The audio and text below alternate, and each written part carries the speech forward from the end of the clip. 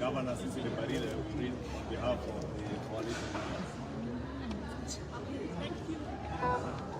Yesterday, Raila led his battalion of hooligans, youths and looters in breaking mayhem upon sections of the city of Nairobi and a few other towns, mostly in Nyanza. Under the pretext of peaceful protests and demonstration, Mr. Odinga coordinated and oversaw violent confrontation, looting and destruction on a vast scale, preventing people from going to work, stopping education and other public services, and paralyzing business operations. The destruction, loss and damage arising from Mr. Odinga's chaotic activities will surely run into tens of billions of shillings. Mr. Odinga has indeed indicted himself as an economic terrorist and saboteur, a serial hypocritical liar and failed leader, whose insatiable greed for power through any means necessary, including the shedding of blood of Kenyans, is unmatched. The hypocrisy, lies and failure. The lies. It is evident that Mr. Odinga's peaceful demonstration, quotes, were neither peaceful nor were they demonstrations. Instead, they degenerated into looting sprees, orgies of mindless destruction, running battles with law enforcement officers, and intimidation and terrorism of other Kenyans to stop them from carrying on their work and life. Lie number 2. The principal reasons offered by Mr. Odinga for organizing and implementing anarchy on such a tremendous scale are the cost of the 2022 election, which claims was stolen. Yet as recently as June 2022, Mr. Odinga was the government's foremost defender, attributing the rising cost of living to factors beyond the government's control, which also affected other countries. As regards the election, Mr. Odinga did not invest half as much effort and seriousness in his campaign as he did in defending the Jubilee government, or as he has done in organizing justice daring and search for State House or Harambee House in Nairobi's Mathare and sections of Eastlands. These orgies of mindless chaos were conducted on the basis of a blatant lie. Hypocrisy. It is obvious that Mr. Odinga's actions have nothing to do with the reasons he has given, and everything to do with his well-known post-election routine, whereby he uses the threat of post-election sabotage and mass action to extort power-sharing arrangements with the government of the day. It is also a continuation of Mr. Odinga's propensity for violent attempts at capturing power, which began in 1982. It is a demonstration of Mr. Odinga's contempt for democracy and the rule of law, constitutionalism, as well as peace. Times are indeed hard, and Kenyans are trying their best to get through. Anyone making life so much more unbearable through selfishly motivated political violence is unlikely to be viewed with much understanding. Moreover, as demonstrated, Mr. Odinga's argument about the cost of living contradicts his earlier position and are unsupported by the fact of prevailing market prices. His agitation has to do with subsidies that were allocated under the pretext of cushioning Kenyans from high prices, which in fact were embezzled by Azimio hardship regime leadership in one of the country's most scandalous states. The failure. Mr. Odinga's criminal escapades are desperate futilities. He does not enjoy the support of the entire Azimio constituency or Kenyans in general. There were no demonstrations or protests in counties of the Central, Rift Valley, Western, Eastern, Northeastern, and Coast region. Ultimately, only Kisumu bore the brunt of the criminality aside from goons mobilized by ODM MPs to terrorize poor mama bogas. There were no demos in Sekuru, Eshogo, or even Daragwa, where some of the Azimio leaders come from. It is quite evident that some regions require to emancipate from the Odinga yoke and slavery of being used as pawns for self-preservation of a single individual's thirst for power. So questions to Mr. Odinga are the following. Besides Mr. Odinga's reasons and actions beg the question, how does a disruptive campaign of looting and violent mayhem address the cost of living? Why actually didn't he demonstrate before the election when Unga was costing 230 shillings? But now he's demonstrating when it has come down to 170. That is hypocrisy. How does subjecting hard-working Kenyans to hardship and causing enormous losses to traders and businesses improve the cost of living? When Odinga and his Azimio party left government at the end of the hardship, the cost of a packet of unga was between 230 and 240. It is now ranging between 170 to 200. Isn't it basic arithmetic that the prices are coming down? The Handshake Brothers and Holy Alliance. To Mr. Odinga and Mr. Kenyatta, we have one message for you. When in a hole, stop digging. We are only beginning to get to grips with the insane magnitude of embezzlement, looting, murder, abuse of office, and sheer impunity that took place during the 5 years of the hardship regime. As we do so, we begin to understand your desperate resolve to sabotage all accountability and Kenya's return to physical sanity, financial stability, accountability in governance, and economic health. You will fail. The violence, chaos, looting, and destruction are also aimed at distracting the country from investigating the shameless siphoning of public funds, crimes against humanity perpetrated through extrajudicial killings and forced disappearances, abuse of office, and state capture that enable large-scale corruption and impunity committed by Mr. Odinga's sponsor and co-conspirator and handshake co-principal, Uhuru Kenyatta. This will fail and the truth will be known. Police action formidable. To the Kenya Police, we salute you for having quickly come of age and for rising to the occasion. The President's action to restore fiscal autonomy to the service is paying the anticipated dividends of efficiency and professionalism. We commend you for doing your best to keep Kenyans and their livelihood safe and secure. We urge you to enforce the law firmly and bring all perpetrators of the criminal mayhem committed at Mr. Odinga's behest to account. They must be charged for every stone thrown, property looted, goods destroyed, and persons injured, no matter who they may be. It is also time to raise the bar and make us new and OTM fully accountable for the injury, loss, and damage occasioned by the rioters thuggery they mobilized on the pretext of constitutionally protected demonstration. We urge a reckoning of the damages and the speedy accountability in conjunction with the registrar of political parties. Finally, it is time to confront a ridiculous predicament that has remained unresolved for a very long time. The government must determine once and for all if Mr. Odinga is above the law. If he is above the law, there is no further purpose in asking anyone else to obey the law.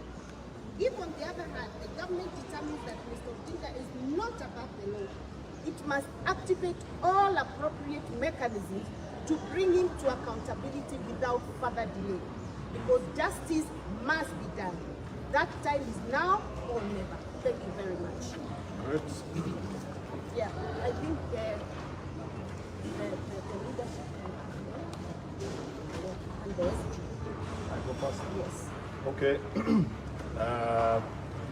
I join the rest of my colleagues in saying three quick things about yesterday's unfortunate events in the country. Number one, I wish to commend the restraint of the Kenya Kwanza supporters. I know many of them watched with utter shock and dismay as their lives were unnecessarily interrupted. They could not go about their businesses, their children could not go to school, and many other duties that they could not go about because of the incessant, ugly behavior of ODM goons that they reign terror in this city and few parts of the country. I have seen messages from many of them to these leaders that are behind me here, asking them, up to when shall we allow these people to continue to blackmail us and stop our day routines with reckless abandon? I wish to plead with them that kindly allow the government of the daytime as we sort this issue for once and for all. Never again shall Kenyans continue to live under Mr. Odinga's blackmail, for which he is rewarded after every election. This administration has said this is the final time, this shall never happen again. Secondly, I wish to join the rest of my colleagues in celebrating our police officers who, despite a lot of provocation from ODM goons, you saw police officers innocently standing in stifling hot sun, being hunted like dogs by ODM mandarins, but they kept their calm, they never shot anybody, they peacefully dispersed the crowds. We want to tell our police officers that is what we expect. The only challenge that we want to give to the police is that those looters that are publicly known, those that have been captured on cameras, breaking up meetings, stoning people's vehicles, going into business premises, we want to see them arrested, and arrested right now. The leaders that have been accompanying them into these demonstrations, they also need to be arrested and brought to book. But we celebrate the good work of our police officers. We know you're working under very difficult circumstances. It was not difficult for you to shoot some of the people that were clearly provoking you, but you kept your calm and you maintained peace and order and protected people's property. We celebrate you as our police officers. That is what we expect of you. We hope that you shall continue to hold firm despite all that intimidation and threats that is coming from the Azimio side. Lastly, is to the great people of Luo Nyanza. We celebrate you also because you largely remained peaceful, save for a few goons that were hired by Odinga through his ODM MPs. Many of you kept your calm, you went about your business, you are sending messages and pleading for help, saying even you in Luo Nyanza, you are tired of this blackmail. And let nobody lie to you that the only way through which you can get development is through a handshake via Mr. Odinga. That is a lie. We give you an assurance that President William Ruto is a fair man. Every region of this country will enjoy the fruits of development with or without Mr. Odinga. In any case, we have come to learn that he only uses you to ascend to power, but when he gets there, there is nothing to show for it. Take an example of the time during which the handshake regime was in power. There is nothing of substance that can be pointed out in Luo Nyanza and shown that they gained this by being under the handshake government. In fact, many of the projects that were put there, Mr. Odinga ended up looting those projects. An example is the Soin Koru Dam, where close to R1 billion shillings was paid to the contractor. But if you go back to that project on the boundary of Kericho and Kisumu, there is nothing to show for it. Mr. Odinga disappeared with that particular money. Therefore, let them not lie to you that the only way you can get development is by picketing and throwing stones so that he forces his way into government. All he is looking for is an opportunity for him and his family to loot this country. Do not allow him. Keep calm and know that you are part of Kenya. You will enjoy every right like every other citizen of this country. Thank you. Thank you. Let me also join my colleagues first in condemning the massive looting that witnessed yesterday, orchestrated by Mr. Odinga, the Lord of Violence, and sponsored by his principal sponsor, former President Uhuru Kenyatta. And I also want to confirm that indeed many leaders here and many others who are not here are under immense pressure from their constituents.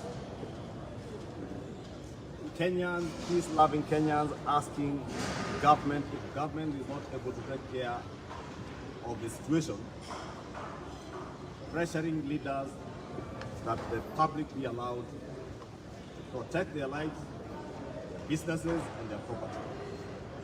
And as we commend the police for the very good work that they did yesterday, we want to ask them today that they must hold people to account.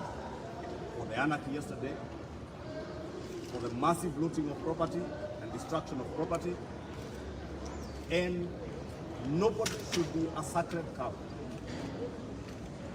When his president said that the Constitution is a constitution of the Republic and everybody is under that Constitution and the laws of the Republic, including the president himself, Mr. Odinga and Mr. Kenyatta are no exception. They must submit themselves to the whims of our Constitution and our laws and abide by them. And I want to encourage the Inspector General of Police, fear nobody. Don't just arrest the young boys and young girls who are being paid to demonstrate. If the buck stops at the door of Mr. Odinga, go for Mr. Odinga. If the buck stops at his sponsor's door, go for them. Failure to which, then you leave Kenyans to protect themselves and to protect their property. And we do not in any way desire that that time comes to pass in our life, where Kenyans will take it upon themselves to protect themselves and their property. Aware that that is what Mr. Odinga and his sponsor want, so that the country can degenerate into chaos. For Mr. Odinga to find an avenue swimming in the blood of innocent Kenyans to get an opportunity at another stab of getting closer to political power. I want to remind Mr. Odinga he had the time under the handshake regime, he had the means, he had the system he always fought, he had the deep state, but instead of using the deep state and the means and the system he had to ensure that he campaigned and won over the hearts and the minds of the Kenyan people, he spent his time in government enabling, facilitating, and enjoying the loot that came out of the handshake regime, especially in the last 6-7 months of that regime. We are also aware their principal motivation in orchestrating this chaos is to intimidate government, to stall the investigations that they are aware are ongoing on the massive extrajudicial killings that are crimes against humanity. And we want to remind Mr. Kenyatta, it's barely 6 years or 5 years since he was acquitted of crimes against humanity by the ICC. The crimes perpetuated under his watch by DCI Kinoti and the SSU unit,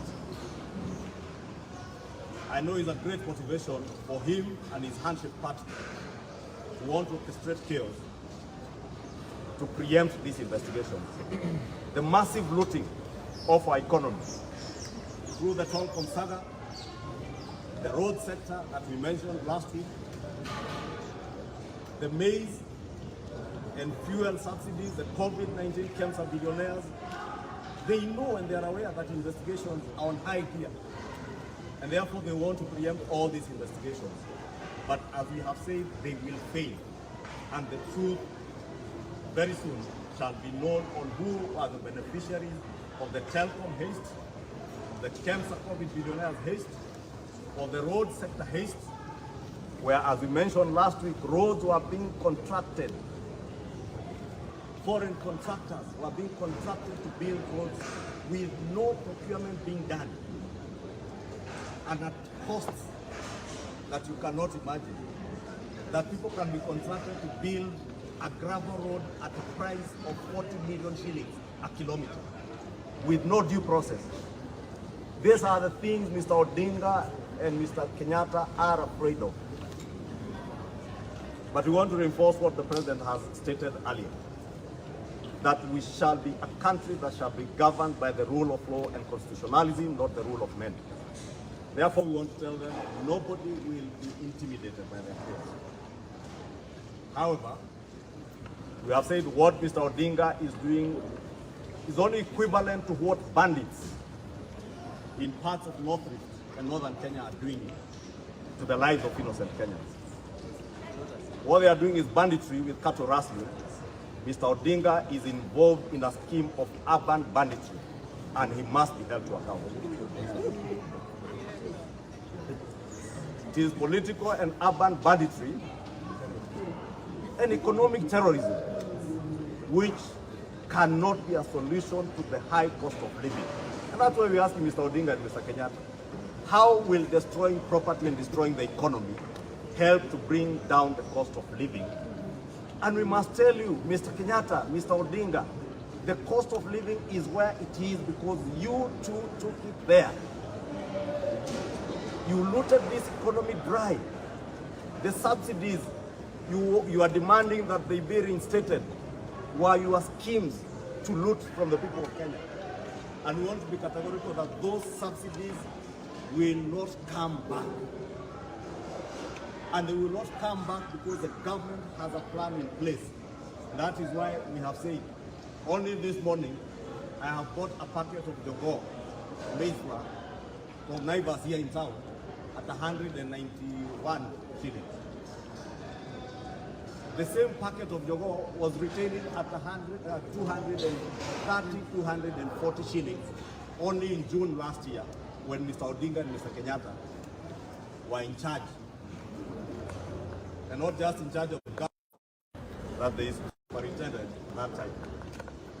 Therefore, the pretense that they are leading Kenyans in a protest against the high cost of living is just a smoke screen. And we want to tell Mr. Odinga, even your own demonstrations are a failure. And that is why we have appealed to our brothers and sisters in Luo Nyanza. Please, don't fall into the same trap of enslavement that Mr. Odinga has enslaved in you over the years. It is rather unfortunate that a young entrepreneur from Luo Nyanza, the proprietor of Pit Stop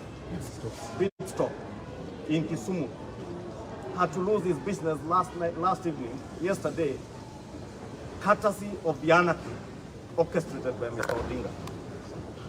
It is a pity, and that is why we have asked the Registrar of Political Parties that she must, and the office of the Registrar of Political Parties must hold ODM as a political party to account for the massive destruction of property at the UDA offices in Kisumu.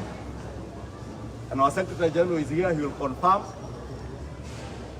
the level of damages that were incurred by our party. And since ODM as a political party enjoys funds from the political party's fund, the Secretary General is writing to the ORPP to ensure that she withholds money going to ODM to cater for the damages occasioned to our offices and property, including motor vehicles that were parked in that property. Rangi vizuri ofisi yetu, tumeregesha furniture ambayo ilikuwa pale na usajili ya members wetu iendelee vile tulikuwa tunafanya wiki iliyopita. Jambo la pili, jana mliona Raila Odinga kwanza alituambia kwamba anapeleka petition kule kwenye Ikulu, na vile nilikuwa nafuatilia vyombo vya habari asubuhi nikamuona ako pale Serena, nikadhania ako katika barabara ya kwenda Ikulu. Ile advice ningependa kupatia Raila na watu yake ni kwamba next time ukiunda maandamano, buy enough bundles, kwa sababu Google Map yenu iliwapoteza ikawapeleka kule Isili, Madare kule chini. Ikulu iko karibu na Serena. Kama ulikuwa unataka kweli kuleta petition pale Ikulu, basi ungetembea 1 kilometer tu pale upeleke petition yako. So next Monday tafadhali usizunguke. Ikulu iko pale karibu na Serena. Wewe amuka asubuhi, uje pale Ikulu, utapata wakina Chilioto wanakuja pale kwa gate. Na akina Ali Mohamed, na akina Osoro, na akina ama utume ujumbe kwa WhatsApp wako kama unaogopa kufika Ikulu. Lakini mwisho tunasema kwamba maneno ya IBC, mambo ya kusumbua wa Kenya, wewe Raila unaambia wa Kenya wafungue server. We only have 2 responses for you. One, wewe enda fungua server ya ODM nominations kwanza. Umeibia watu kura wakati wa nominations, haujaifungua server. Uliibia wamama kura katika nominations ya Kisumu, ukapatia dada yako certificate. Ukaibia watu kule Siaya nominations za ODM, ukapatia ndugu yako certificate. Ukakuja hata server ya nominations za watu kwenda Iyala, haujafungua, uliweka mtoto wako kwenda pale Iyala. So kabla utuitie maneno ya servers, enda fungua server ya ODM kwanza. Jambo la pili, kwa maneno ya server, Sisi tunajua vizuri sana rais hana kifungua saba. Rais sio mwenye kufungua saba. Mulikuwa katika Supreme Court, mkaambiwa, mkataka orders za kwenda scrutinize zile kura ambazo zilipigwa, na mlipewa hiyo nyadhifa na Supreme Court, na hakuna kitu ambayo ilifanyika. Sisi tunasema Raila, IEBC itatengenezwa, IEBC mpya kutumia sheria ile ile ambayo wewe na Uhuru Kenyatta mlitumia mkaweka Cherera na wale wengine watatu. Hiyo sheria hatujabadilisha. Tutatumia hiyo sheria kuleta wale IEBC commissioners wageni, na kama uko unataka kwamba wewe ndio uteue wale commissioners, basi leta sheria katika bunge hii, au wabunge wajadili, tutajua kama itapita ama itapita. But in the meantime, we want to tell you, we are going to observe and follow the rule of law. Our constitution stipulates how we are going to get our IEBC commissioners, and you're not going to amend the law to favor you, Raila Odinga. Thank you. Wacha David Ochieng aseme. You know, there are few brave leaders from Nyanza who are in front of emancipating the people of Nyanza from this level. Thank you so much. I just want to invite my brother. The next elections is coming. So the idea that a way is being there now, sasa hapo kuna uchaguzi kati hapa kama mwaka ujao kama mwaka mwingine, na hakuna njia nyingine yoyote ambayo Raila anatumia kufanya rais. Tukubali kwamba rais ni and that if you run in an election, it says that if you get 50 plus 1 votes, you're the president. And so there's a president in place. Let's agree with that fact that there will be no other election. William Ruto got plus 1%, and he's the president. He's going to be there for a while. Number two, I'm getting fearful because the wars that we are fighting now are almost personal wars, almost personal hatred. Yani ile chuki madharau kwa rais. Ningependa kuambia kwamba Raila angekuwa rais leo, ningependa awe na heshima. So tunauliza kwamba sisi pia nyumbani tupate rais aliyopo heshima ambayo anapitia rais. Because if Raila was president today, we would want to be respected, to be allowed to work. So let's allow the person who has been elected to work. Number three, this talk about we are the people. Kenya also has the people. Yeah. Everyone has the people. Yes. So if you say you have more people than us, what about the day you also bring a people out?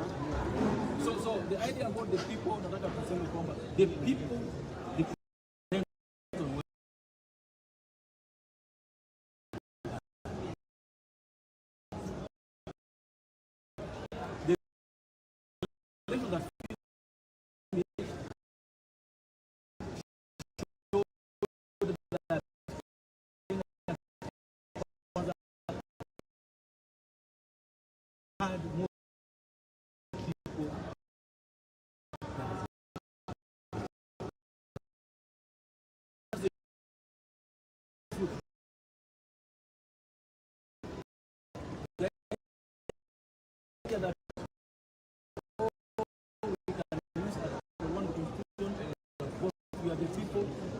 there are more people on this side, and they're just being patient. Finally, I want to keep calling on my own.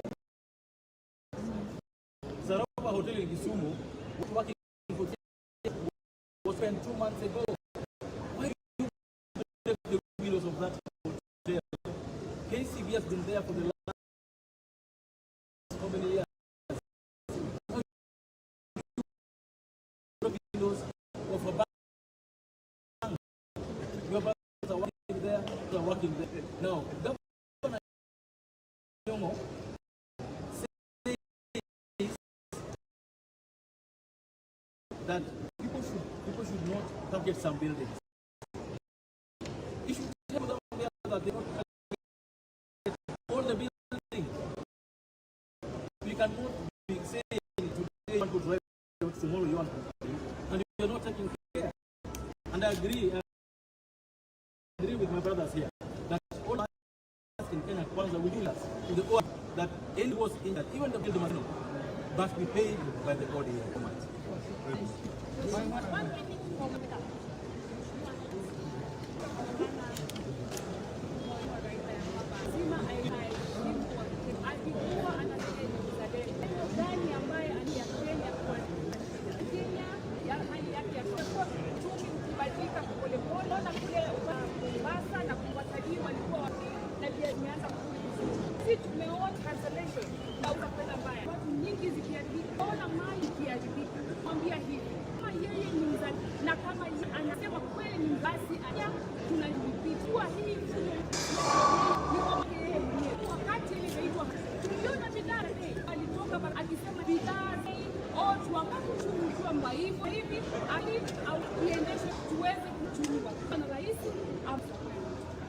We are our new party chair, Governor Cecily Barile, will read on behalf of the coalition members. Thank you. Yesterday, Raila led his battalion of hooligans, thieves, and looters in breaking mayhem upon sections of the city of Nairobi and a few other towns, mostly in Nyanza. Under the pretext of peaceful protests and demonstration, Mr. Odinga coordinated and oversaw violent confrontation, looting, and destruction on a vast scale, preventing people from going to work, stopping education and other public services, and paralyzing business operations. The destruction, loss, and damage arising from Mr. Odinga's chaotic activities will surely run into tens of billions of shillings. Mr. Odinga has indeed indicted himself as an economic terrorist and saboteur, a serial hypocritical liar and failed leader, whose insatiable greed for power through any means necessary, including the shedding of blood of Kenyans, is unmatched. The hypocrisy lies and failure. The lies. It is evident that Mr. Odinga's peaceful demonstration, quotes, were neither peaceful nor were they demonstrations. Instead, they degenerated into looting sprees, orgies of mindless destruction, running battles with law enforcement officers, and intimidation and terrorism of other Kenyans to stop them from carrying on their work and life. Lie number 2. The principal reasons offered by Mr. Odinga for organizing and implementing anarchy on such a tremendous scale are the cost of living and the 2022 election, which claims was stolen.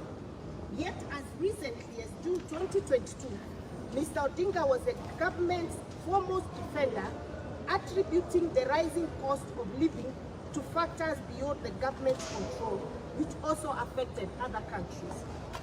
As regards the election, Mr. Odinga did not invest half as much effort and seriousness into his campaign as he did in defending the Jubilee government, or as he has done in organizing and supervising large-scale economic sabotage throughout the country. Moreover, Mr. Odinga's so-called peaceful demonstrations were a transparently disingenuous campaign of large-scale urban banditry and nothing else. No petition was delivered to any government office as promised. There was no march or delegation to State House as promised, not unless Mr. Odinga lost his bearing and searched for State House or Harambee House in Nairobi's Mathare and sections of Eastlands. These orgies of mindless chaos were conducted on the basis of a blatant lie. Hypocrisy. It is obvious that Mr. Odinga's actions have nothing to do with the reasons he has given, and everything to do with his well-known post-election routine, whereby he uses the threat of post-election sabotage and mass action to extort power-sharing arrangements with the government of the day. It is also a continuation of Mr. Odinga's propensity for violent attempts at capturing power, which began in 1982. It is a demonstration of Mr. Odinga's contempt for democracy and the rule of law, constitutionalism, as well as peace. Times are indeed hard, and Kenyans are trying their best to get through. Anyone making life so much more unbearable through selfishly motivated political violence is unlikely to be viewed with much understanding.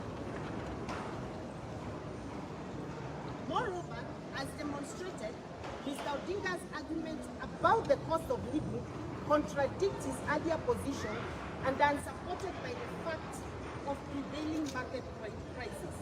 His agitation has to do with subsidies that were allocated under the pretext of cushioning Kenyans from high prices, which in fact were embezzled by a neo-hardship regime leadership in one of the country's most scandalous states. The failure. Mr. Odinga's criminal escapades are desperate futilities. he does not enjoy the support of the entire Azimio constituency or Kenyans in general. There were no demonstrations or protests in counties of the Central, Rift Valley, Western, Eastern, Northeastern, and Coast region.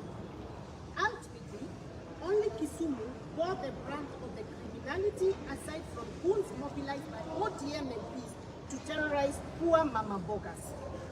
There were no demos in Sekuru, Ishogo, or even Daragwa, where some of the Azimio leaders come from.